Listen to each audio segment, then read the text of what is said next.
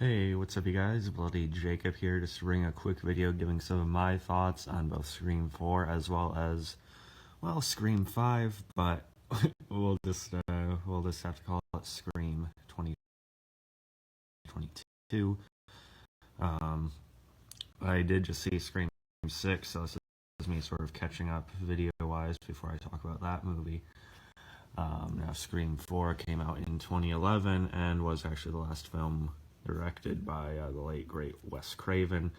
Also, I think it was the last film written by Kevin Williamson. Of course, he's notorious, for the franchise as well as plenty of others. So that brings up some discussions among people, which we might talk more about if I ever do a ranking.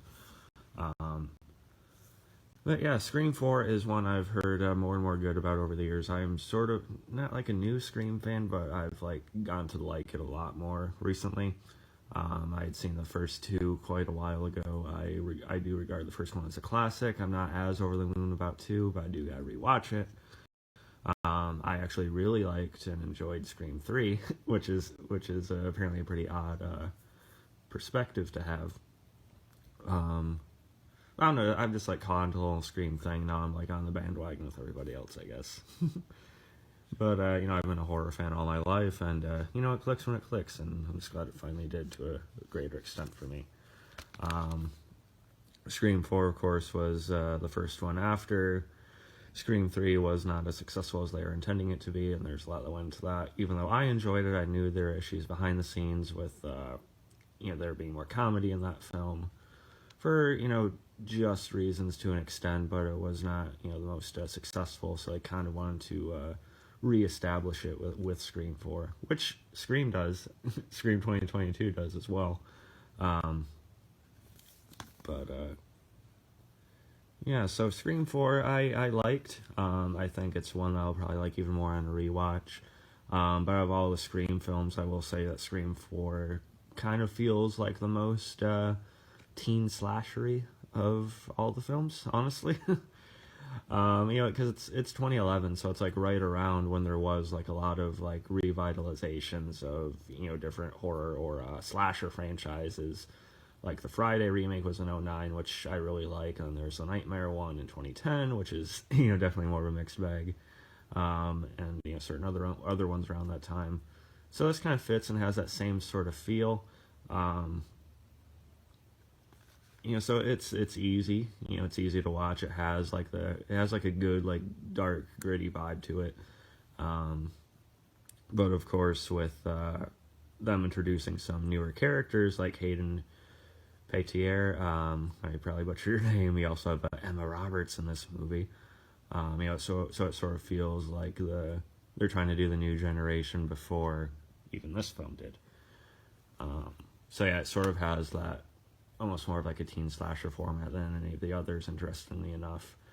Thus, I think that both works to its advantage and disadvantage, and I think Scream 2022 and 6, possibly, I'm still kind of saying that the one maybe perfected that a little bit more. Maybe. It has its downfalls too. But I did like Scream 4. Hayden Panettiere was quite fun. Courtney Cox is as good as always. This is probably one of David Arquette's better movies in the franchise, even though I'm not as big of a fan of David Arquette as some others are in the series, or Dewey, excuse me. Emma Roberts, I've never been that big on her. Granted, I haven't seen everything of hers, but she's okay in this. But when the character, reaches certain scenes towards the finale, I don't know if she fully delivers, what is kind of expected of that sort of thing. But still, not terrible. Even by the fourth film, though, there is kind of a sense, okay, you have Sydney, you have Gale, and you have Dewey.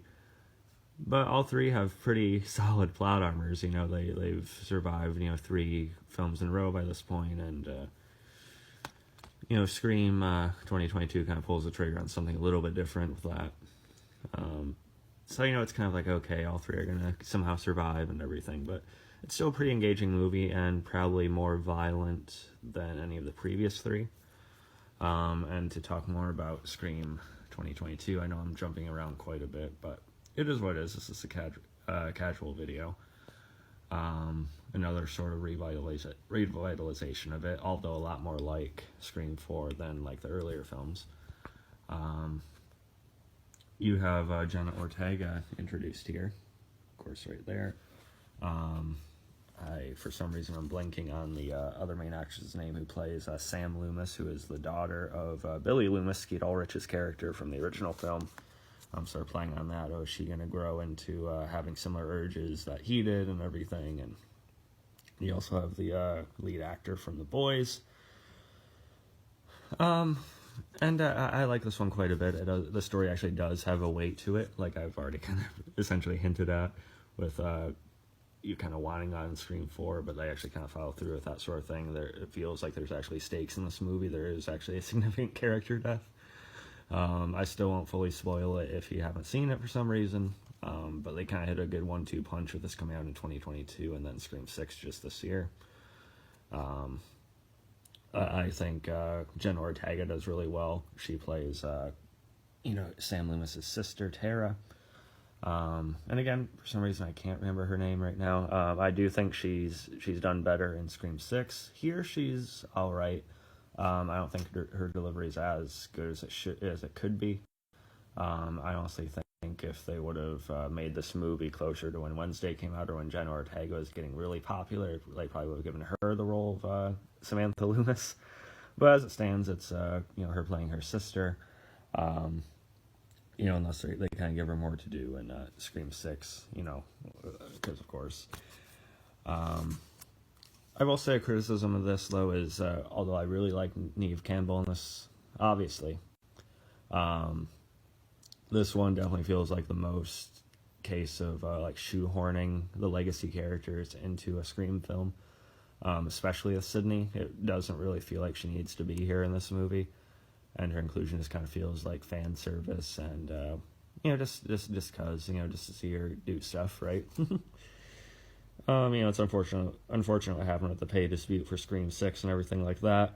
But I think Scream 2022 here proved that they don't necessarily need Sydney to keep the concept going solidly, successfully. And I do think this film is pretty good. I think it's probably the top 3 of the franchise, maybe, at least for me.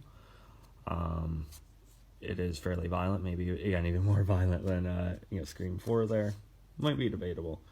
I will say the killer reveals are a little predictable in this one. That's part of the joke too. A certain character calls it, fairly early on. But it's nonetheless fun. Again, I'm just blanking on any name that's not Jenna Ortega right now, but the girl right next to the boys and Gail there. She's getting the show Yellow Jackets on Showtime, and she plays a pretty fun character here.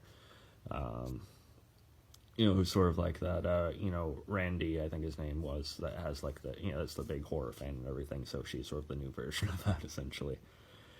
But yeah, this one I liked a lot. Of course, it does the Halloween 2018 thing with just having the original title. It's Scream 5, just call it Scream 5. But yeah, I do think this one will sit better with me infinitely than Halloween 2018 or Kills or Ends does. So I think they set themselves up really well with this one. And I do like Scream 4 as well, although Scream 2022 I think is fairly better on the story end, despite its weakness with the legacy characters not being fully needed anymore. But yeah, I do think they're both pretty good films in the franchise, but I think every film in this franchise is actually at least pretty good. So yeah, this one's good, and I'll call this one